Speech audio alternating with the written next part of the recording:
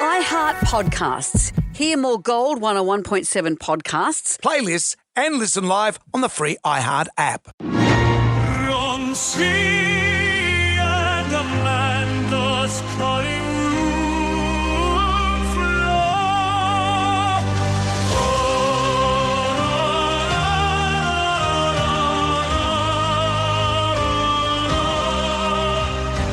Jonesy and Amanda's cutting room floor. On the cutting room floor, everyone's talking about the priceless jewels stolen at the Louvre. the Louvre.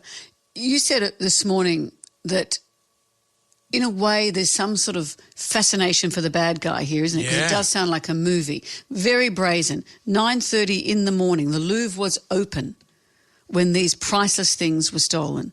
I think one of Napoleon's wife's crowns, a heavily bejeweled piece, was found on the side of the road as they made their getaway. So they dropped that on the way past. But at the time when we've recorded this, no more information about who they were or exactly how they did it. It's quite extraordinary. You often wonder about, you see those stories, you know, Ocean's 11 and all the jewels heists, the Italian Job, all those great movies. And you're always rooting for the bad guy who's stealing the jewels. So in a way, when this actually happens in real life, you think, can people pull this stuff off? But it's easier than you think. And you remember... Easier than you think? Well, you reckon? These guys, for example, were very professional. But Scott Taylor, we've had Scott on the show before, and this is his assessment of the situation. Just a couple of quick thoughts, because obviously we've just heard about the robbery that's occurred at the Louvre. The 4-minute daylight operation that occurred there illustrates a number of principles and things that I share with my clients regularly. People with bad intent look at your site a different way than you do. Whilst we may look, especially if you're a service type area or the different type of structures that we have, we look at front of house, and sometimes the vulnerabilities back of house, like loading docks and whatever. I do walk arounds with my clients for checking their sites, and then I say, okay, let's talk about American Ninja Warrior and about for platforming and these sort of things. Now let's do another walk around, and they always find out new things about their sites. Now the thing is, we've had some priceless Napoleonic jewels being stolen during this time, and when these people got on site, they were within 250 metres of the Mona Lisa. Now they've taken some, I think, emerald-studded crown, which was Napoleon's wife, Princess Eugenie, Empress Eugenie. That's been stolen as well.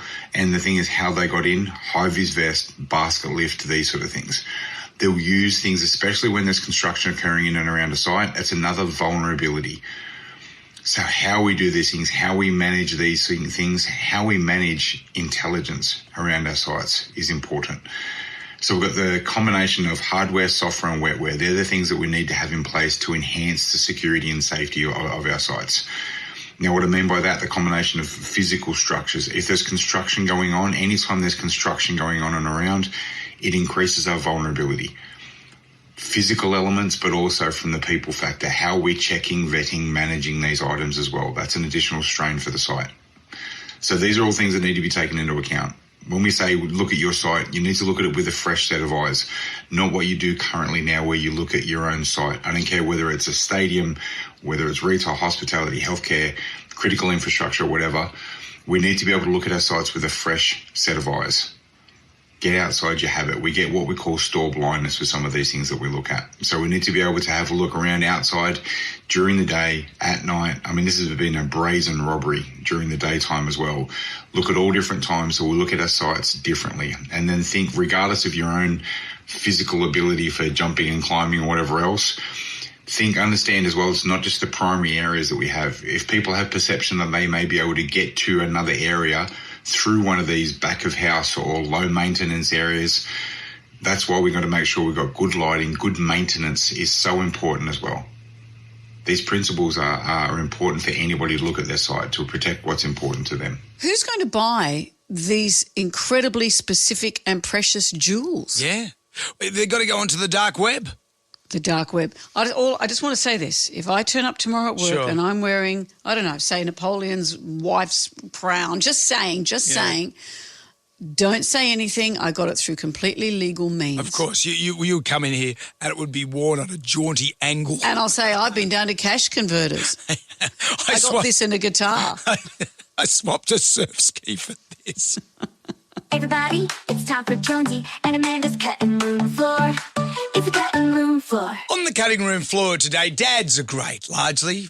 They just get along with their lives. They organise stuff. They don't get much praise. They don't do anything. They've managed to... Do they organise things? I think they do. They do a lot of stuff. They do a lot of stuff that goes under the radar. There's Like a lot what? of stuff that... Are you talking about yourself? You do. You'll cook food or you'll fix stuff or you'll go and move a kid's fridge and you do that. And largely, you just do stuff. You might have a hangover. You might have pain.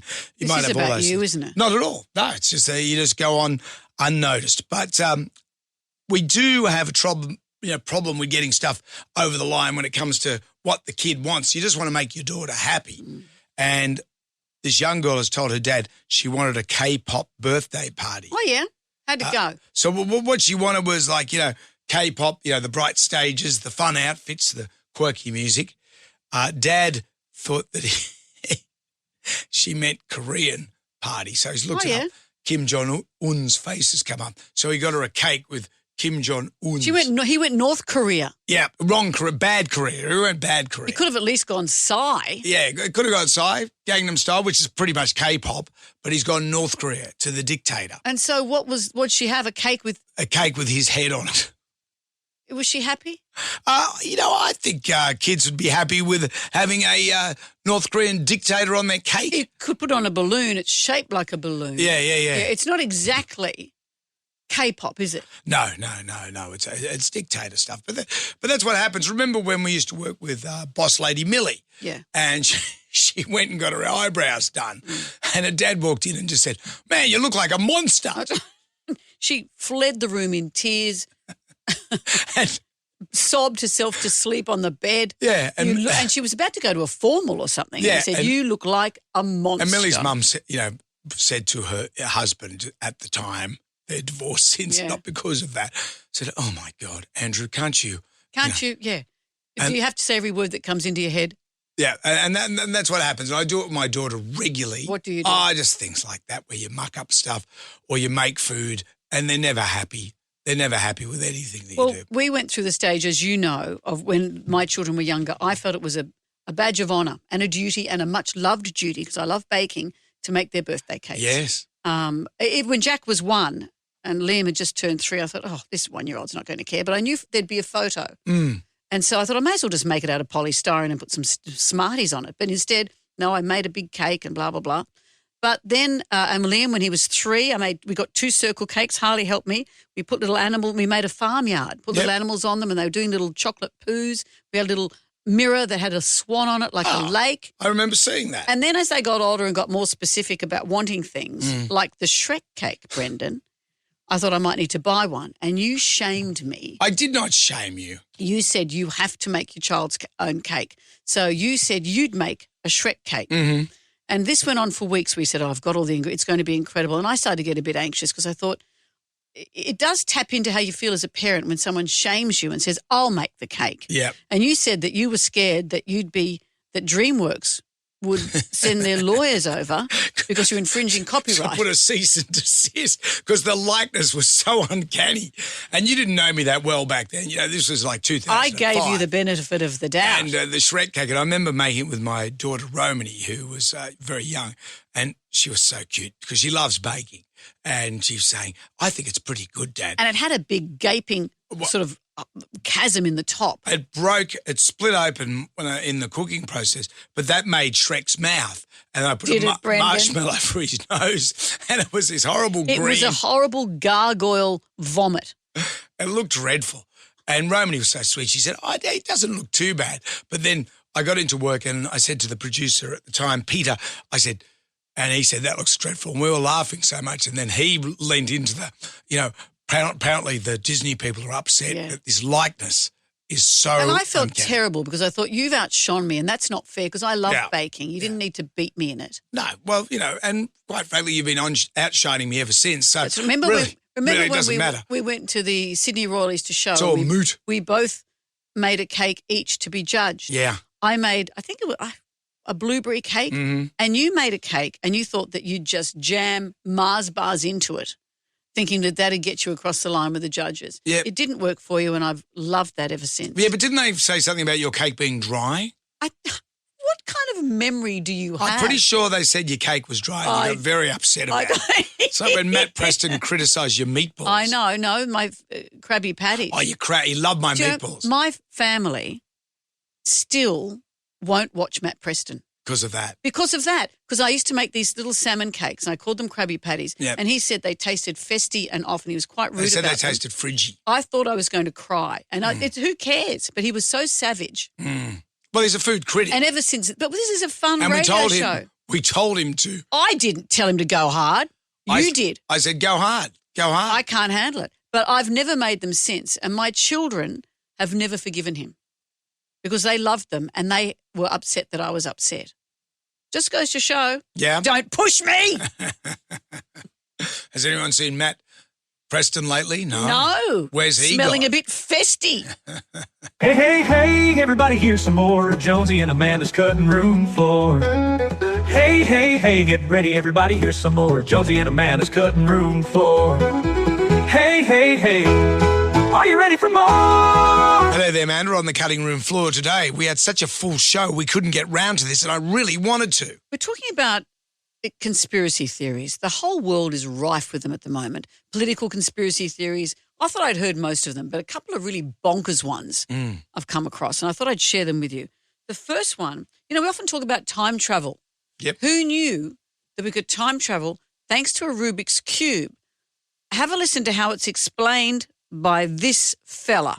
Rubik's Cube has been solved faster and faster every year since it came out. And it won't be long before they can solve it in negative time, enabling people to travel backwards in time using a Rubik's Cube. The maker of the Rubik's Cube, Mattel, intends to use that to travel back in time to when they manufactured them, and the ones that they've already sold, they'll take those from the past, bring them into the present, so they can sell them at 100% profit. The problem with this is it's great for capitalism, but that additional weight of all those Rubik's Cubes will shatter the Earth's mantle, causing the Yellowstone super volcano to erupt, which is going to send the entire world into a volcanic winter that could last a century or more. So our solution is we're going to create the Robux Cube, which is a lightweight alternative to the Rubik's Cube that lighter weight might not shatter the Earth's mantle, and we can solve it faster. We can travel back in time before Mattel, get the Rubik's Cubes, go back to the Jurassic era, put them in space, and they'll replace the meteor. Etc. Sounds legit. How can a dinosaur or a T-Rex do a Rubik's Cube? Doesn't have the arms. Can't do it. But also, But they can't smoke. That's a good sign. if you were going, could it vape? A really long vape? No. Maybe you- a hooker. If you were going to, she could. If you were going to go back in time and make a time travel machine, why would you only go back in time to resell your Rubik's Cubes? Wouldn't you go back in time to design the car and make all the money from all the incredible inventions? Wouldn't you Yeah. go back in time and design the iPhone? Why would you just go back so you can resell to the same people Rubik's It Cubes? would be hard. Did you see that movie yesterday? With the Beatles songs. Yeah, so there's a young fella has an accident at the same time as a worldwide blackout. And for some reason in this alternate universe, the Beatles don't exist. No. And he's the only person that is aware of that. He's a musician, but then he starts writing Beatles songs. Like he starts, because he discovers that his friends don't know who the Beatles That's are. not, I understand. But in a way, but then he had to come up with the Beatles songs. He had to come up with the lyrics and stuff like that. What's it got to do with Rubik's Cubes and No, time it's travel? exactly what you're saying. If you went back, you might not have the wherewithal to invent the Rubik's Cube. You might go back in time and go, I've got this idea for this puzzle, but you don't have the mechanical skills. Or No, now, what they're saying is that the Rubik's Cube people will go back for the sole purpose of reselling you a Rubik's Cube all over again. I was going through the yesterday principle of that. No. Right. What about the? Okay, let's move on from So that. there was a time machine and the Rubik's Cube people went back in time. To sell us all Rubik's Cubes Yeah, but that again. could be anyone. That could be the car people. That could be That's Mr. Hyundai. But then if you were the Rubik's Cube people, why don't you go back in time and use your time machine to make all the other stuff? I wish I could go back in time for this segment. I've got more. Okay. What about this conspiracy theory? Listen to this. What if the asteroid that killed the dinosaurs was a crashed UFO and we are the aliens? Wow. This is what this conspiracy theory says. 65 million years ago, we were still playing Roxette, an asteroid wiped out the dinosaurs, or at least that's what we're told. Yeah. Some theorists ask, what if it wasn't just a rock? What if that asteroid was a massive spacecraft crashing from deep space? Yeah. An ancient alien civilization fleeing extinction. Their ship collides with Earth by accident or on purpose. The impact changes the planet forever, ending the age of the dinosaurs, clearing the way for mammals and eventually us. So many of the survivors adapted. Maybe their DNA merged and evolved, eventually leading to humanity as we know it today. So we've been having it off with aliens. We've become aliens. We're what aliens. if we've been looking to the stars for aliens when all along They're just our we've people. been the aliens all along? You know, I look at you and I've always wondered why you have 3 bosoms. And now I know. Because I'm fun to dance with. It's Jonesy and Amanda's cutting room floor. Da-da-da-da-da. On the cutting room floor today. I came across a woman talking about something that her fiancé, boyfriend, I can't remember, that he owns. Oh, they're so modern these days. The kids just, She finds it absolutely disgusting. And when I hear her talk about it, and I'll play it for you in a minute, you think, oh, you princess, how bad is it? Anyway, here she is. Her name's Abigail. My fiance has a pillow that is so horribly disgusting that I fear even being in the same bed as it. I fear laying beside it because I think I could probably catch something from it. This man has no pimples on his face laying on this thing. I have no clue how. I can't wash it. I can't put a pillowcase on it. I can't throw it out. God forbid I throw it out. Oh my gosh, I think he's had this thing since the dawn of time. Okay? You want to see it? It's disgusting. And he will not let me wash it or do anything with it. I don't think you're ready, but... Okay, what is this? This is absolutely disgusting, and it's his favorite pillow. He's like, oh my gosh, it's cool on both sides. It has Hep C on both sides. it looks terrible. You think it's not going to be as bad as she's That looks alluding to. terrible. It is like a brown potato sack. It's awful. The comments underneath are funny. Is that a Civil War bandage? Someone says it's cold because it's mold. Yeah. Someone else says, was he birthed on it? Is that why he's so attached to it? Is he had these umbilical cords sewn into its seams to protect his dreams? What's those little seams, speaking of? Are they? That's just the seams of the pillow. Oh, my goodness. It's brown. It is brown, and it doesn't have a pillowcase on it. That is, and it's got stains all over it. Yep. That's disgusting. I think there's people sleeping rough with better pillows than that. Yes. That is. Do you remember the first time Melanie came to stay at my place? Your good my friend good Melanie. friend Melanie. We've been friends since we were about 15. Now, our parents were friends. We didn't know each other.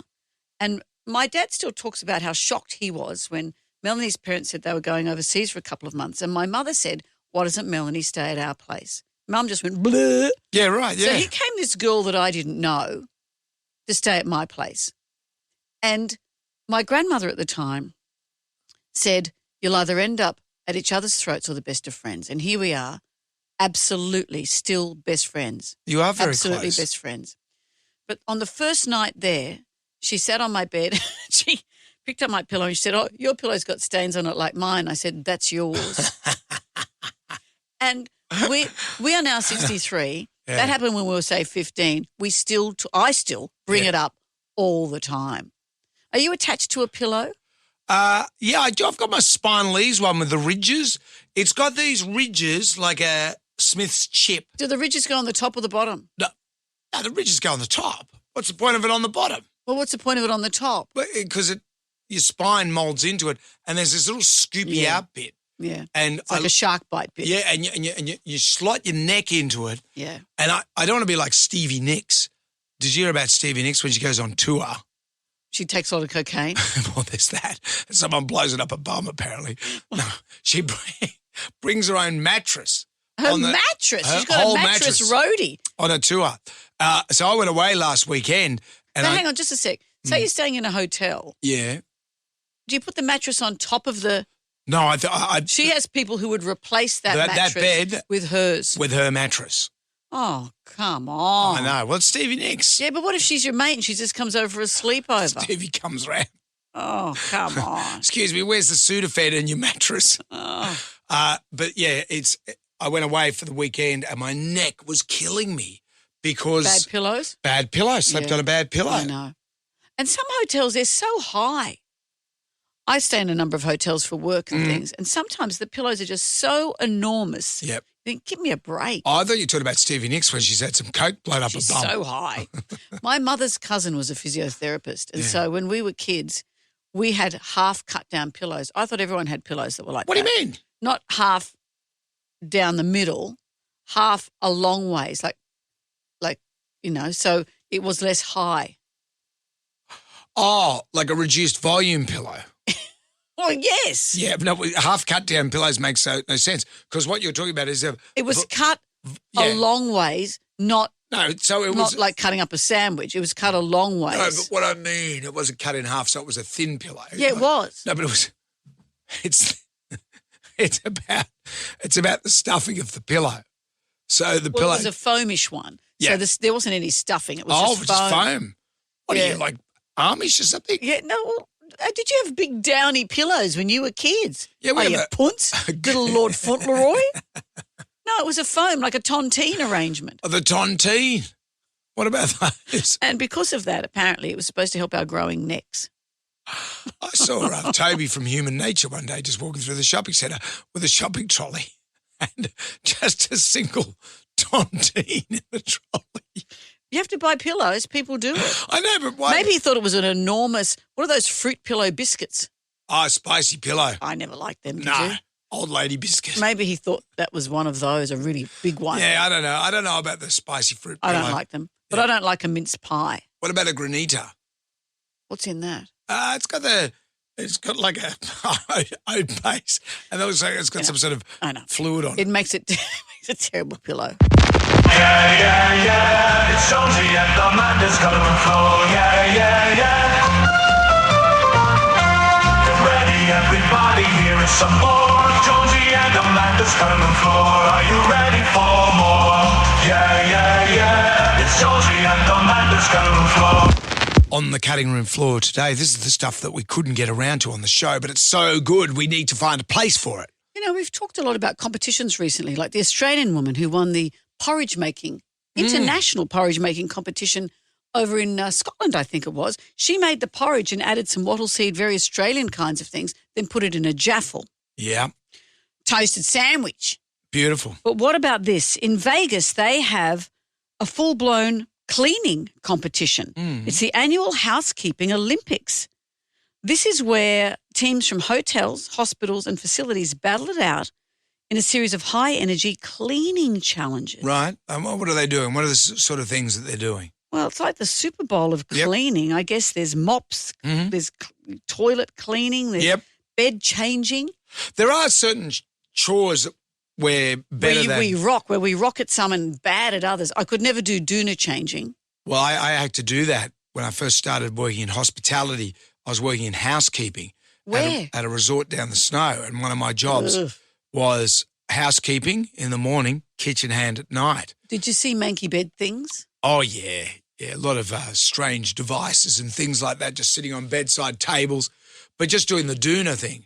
And Have you got a skill? yeah, there is. Once you learn it, Tell you me can't what it is. unlearn it. Tell So me what it is. you've got the doona inside out. The That's how they doona come cover in. inside Yeah, out. and then you just put each corner of the doona and you flip it and it all goes bloom. And it's quite extraordinary. You have to have a big arm span. You have to be Freddy Krueger Well, to these do were it correctly. we were using a lot of single doonas down the snow. They had single doonas, which That's easier. that's a walk in the park. Yeah. The double doona is hard. We have a queen size doona at home. That's a bit better, a bit bigger. So, but my wife, she did housekeeping as well. So that's how we actually met, doing the housekeeping. Really? Yeah. What was it? The doona? It was the doona. Well, she worked in the bottle shop. Oh, so she would have seen you a lot. So when when we were doing that, and at night she would work in the bottle shop and I'd work in the kitchen. But we weren't together back then. No. We were the youngest people at the resort. I see. Yeah. So what's your domestic skill? What could you compete in the Olympics Well, with apart from the doonas covering? Because I worked in the kitchen, definitely kitchen stuff. Cleaning the kitchen, doing the dishwasher, getting the dishwasher. kitchen pristine Men clean. see it as a Tetris challenge. Yep. Men Of all the domestic chores, I think men like the dishwasher. Women don't understand a dishwasher, I think. I think they look at it and they go, I'm going to put a chopping board and a colander and I'll just leave all this stuff to soak until tomorrow. There's no need for that. I think that would work very well. It's just that men come in and say, no, leave the boot of the car to me, leave the dishwasher to me. Women can't pack a car either. I think they can. Maybe we do have different special awareness. They can do it, but they do it differently. That's why you don't see female baggage handlers. Because if they did it, there'd be like a surfboard in the whole baggage section and that'd be it. One surfboard, sideways. Ask me my skill. What's your skill? When clothes are in the dryer, I can get them out just before they're completely dry so I can fold them and put them away or hang them so they don't, if you leave it in the dryer too long, they lie there and need ironing. Oh. Not long enough, you put them away slightly damp, which is horrible. I've got the knack of finding just the right moment. That is quite the skill. Thank you. So before the timer goes off. There's no timer. What, you dried it? You don't even have a timer on your dryer? I've got a dryer that senses when it's dry. Would you go to the clothesline and expect it to call out to you, I'm done now? But so you sense it. You walk past your laundry. Well, I know what time I've put it in. Yeah. And I sort of get a sense of when it's time to open it up. Didn't your mother say to you that you did yourself a disservice with your laundry? Yeah, when we renovated our house, which was 25 years ago. Because in her day, the laundry was an entire room and women spend a lot of their time in it.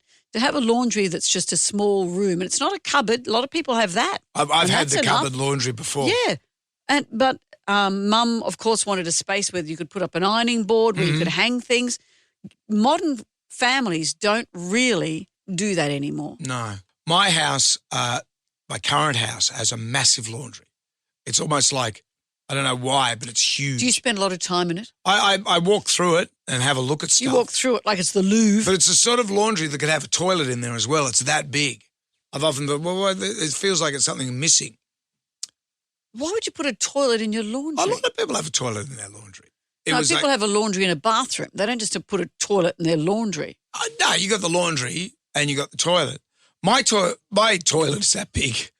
My laundry... It's called a bath.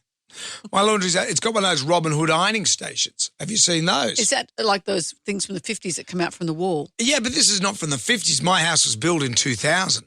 So it must have been the last of the Robin Hood ironing stations. So is this an ironing station like you might see in a small hotel? Yeah. Where it comes down from the wall? Yep, and it's got a light.